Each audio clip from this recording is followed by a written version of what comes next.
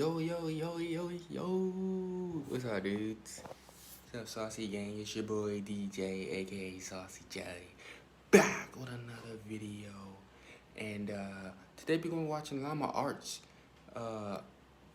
videos, his nightmare videos, animated ones. And dude, I'm going to tell you this. It's 3 o'clock in the morning and I'm doing this right now, so if you hate night and you hate dark time, guess what? Get used to it. I'm gonna be bringing more videos like this, cause I love watching scary things that give me goosebumps, and so bear with me and let's get into this video.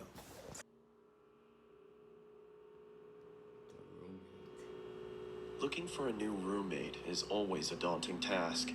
Even though you interview and take the time to get to know that person, you don't truly find out who they are until you start living with them. I had begun searching for a roommate after I decided to leave my current residency. I was contacted a couple of hours after placing an ad on the Facebook Marketplace. The message read, Bro, what is that? It's like blank and then 2 pictures. Hey Chris, I'll be moving out of my current apartment this August and I'm looking to room with someone new, as my roommates are moving to California this year. I'm 27 and I'm currently going to school. When I'm not at school, I enjoy hiking and watching movies. I also apprentice at a taxidermy shop on the days I don't have class. Hope that's not weird. It's always been a fun hobby of mine. Anyway, I'm looking forward to hearing back from you. Have a great day, Lunaire. My first and most obvious reaction after reading the message was to check her profile. She was a medium height, had long, messy blonde hair and green eyes. In her profile picture, I saw her standing with a man and a woman shoulder to shoulder. They each adorned goofy grins. Wait, why was the one on the right so pale? She looked like Sheamus from WWE. Jeez. And held up peace signs. Under the photo, the caption read, "Love my roommates." I smiled to myself and decided to send her a message back. The sun beat down on us as we hoisted various objects to the second floor of our new apartment. It took us a couple days to get everything out of the moving trucks and into our new place, but as soon as we did, a wave of relief washed over our sweat-drenched and sore bodies. After a couple more hours of rearranging, we each grabbed a beer from the fridge and sat on the porch. We reminisced about old 90s cartoons and what video games we obsessed over as kids, and as the sun started to set, I truly felt relaxed and confident that things were going to work out. A week later, I started a new job for a construction company that was owned by a good friend of mine. As I was getting ready, I heard the front door swing open. I walked into the living room to see Lunaire and her friend David sliding in a large box. "What you got there?" I asked. Through a strained grunt, she replied, I bought a freezer to store some of the animals I'm planning on using in my taxidermy work. I hope that's alright. I was obviously hesitant at first, as there was no mention of this happening in the first place, but I eventually accepted and returned to my room to continue getting ready for work. I came home at around 9 p.m. after having a couple of beers with friends and noticed that the freezer was nestled snugly in the lower part of the pantry. A low hum... Hold up, bro. Listen. I get a little freaked out, I ain't gonna lie to you, bro, because I just got chill bumps. You know what I mean? The first thing I could think about, I ain't gonna get, let's watch it. could be heard reverberating off of the inner walls. I was curious to see what was inside, but didn't want to intrude on Lunaire's business, so I went into my room and changed into more comfortable clothing. After changing, I came back out into the kitchen and started making a sandwich. I opened the fridge and grabbed what I needed. As I turned around, I stubbed my toe on the edge. Bro had nothing in, hold on. He had nothing in there. What was that, a jar of mayonnaise, my guy? The island countertop and let out a long, exasperated grunt. Through my frustration, I slammed the fridge door shut and checked my toe to see if there was any bleeding. As I raised my head back up, I was greeted by a shadowy figure. Lunaire was standing in the doorway leading to her room. The darkness behind her almost seemed to envelop her. Is everything okay? She said in a deadpan tone. Doesn't even sound like you care. Yeah, I'm sorry. I just slammed my toe into the corner of the countertop as I was making a sandwich. I hope I didn't wake you. It's fine. She said in the same deflated tone as before. She then turned around and walked back into the darkness of her room. I could tell that she was pissed, so I... This was what she was like. She was like, "Is everything okay? Is everything okay?" No, it's not okay. I just hit my big toe on the freaking corner of the refrigerator. Gosh, man. No sympathy. quietly made my sandwich and retreated back to my room as well, only hearing the low hum from the freezer as I closed my door. I'm sorry to keep pausing, but your man just put jelly, only jelly, on a sandwich. Toast your bread, my guy. I had the next day off, so I was able to sleep in a little longer than usual. When I finally emerged from my room, I walked into the kitchen to make breakfast.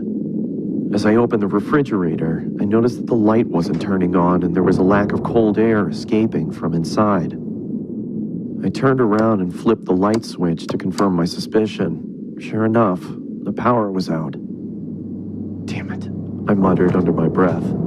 I walked over to Lunaire's room and knocked on her door to tell her about the power outage if she didn't already know, but there was no answer. I then remembered that she had classes that day and probably wasn't home.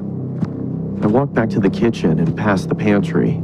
As I did, I slipped on the floor but was able to catch myself on the countertop. "What the?" I angrily exclaimed as I looked down at the floor trying to figure out what I had slipped on. It was blood. It had started to leak from the corner of the freezer and pool onto the floor. I quickly tried to open the freezer to find out the cause of the viscous liquid, but then I noticed that it had a padlock attached to it. I don't remember seeing that before. I ran out to my car and grabbed my toolbox from the back seat. I approached the freezer and set my tools down on the nearby countertop. I then pulled out a small pair of bolt cutters and snapped through the metal of the padlock. It fell to the ground with a large thud. I creaked open the top of the freezer and was greeted with a putrid stench that permeated my nostrils. I quickly pinched my nose and walked away gagging in response. "I guess I should have realized that was gonna happen," I muttered to myself in between gags. After gaining my composure, I grabbed some gloves from under the sink and started taking inventory. I could see a couple of dead birds and plastic bags wedged into the corners of the freezer. I took each bag out and set them in the trash can nearby. That's when I noticed that the blood was coming from the corner of the larger black bag. I don't know why, but I decided to open the top of the bag and peer inside. I was greeted by large, milky white eyes, a swollen black tongue surrounded by cracked and bloated lips, and the matted hair of a human head. I swiftly dropped the bag and fell backwards onto the floor. My breathing had ceased to exist, and I grabbed the trash can next to me and expelled my disgust into it. I then ran out the door, got into my car, and called the police. As I sat in the interrogation room with a blanket over my shoulders, I couldn't help but think about the face I'd seen. It looked so familiar. That's when it finally hit me. I pulled out my phone and looked at Lunaire's profile picture. It was her old roommate, the one she said was moving to California. When the detective entered the room, she started the questioning process, asking me if I started noticing any weird behavioral occurrences around the apartment. Yeah, I stubbed my toe the other day and she creepily stood in the doorway. It seemed like she was pissed, but for some reason I had a strange feeling like she was concerned about something.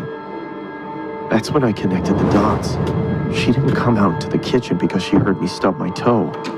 She came out into the kitchen because she thought I slammed the freezer instead of the fridge. A cold sweat started to form on my forehead as my surroundings became blurred. I could hear a low whine slowly starting to cover up the words of concern from the detective.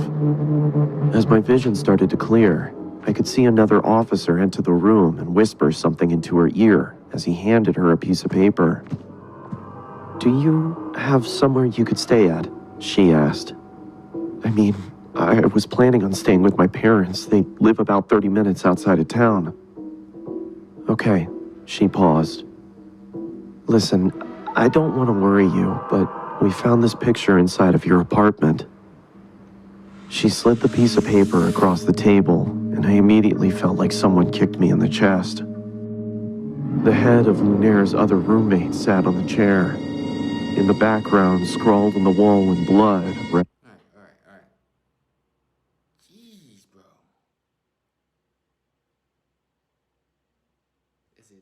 Did we get that crazy in here? Gosh. We just can't just scroll past stuff like it ain't nothing, you know what I mean? I'm black, you know, we gotta look at something and be like, okay, let's get out of here. Dude, love my roommates.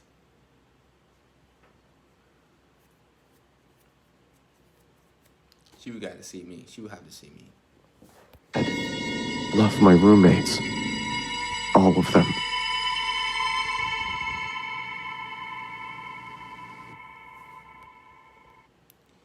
Guys,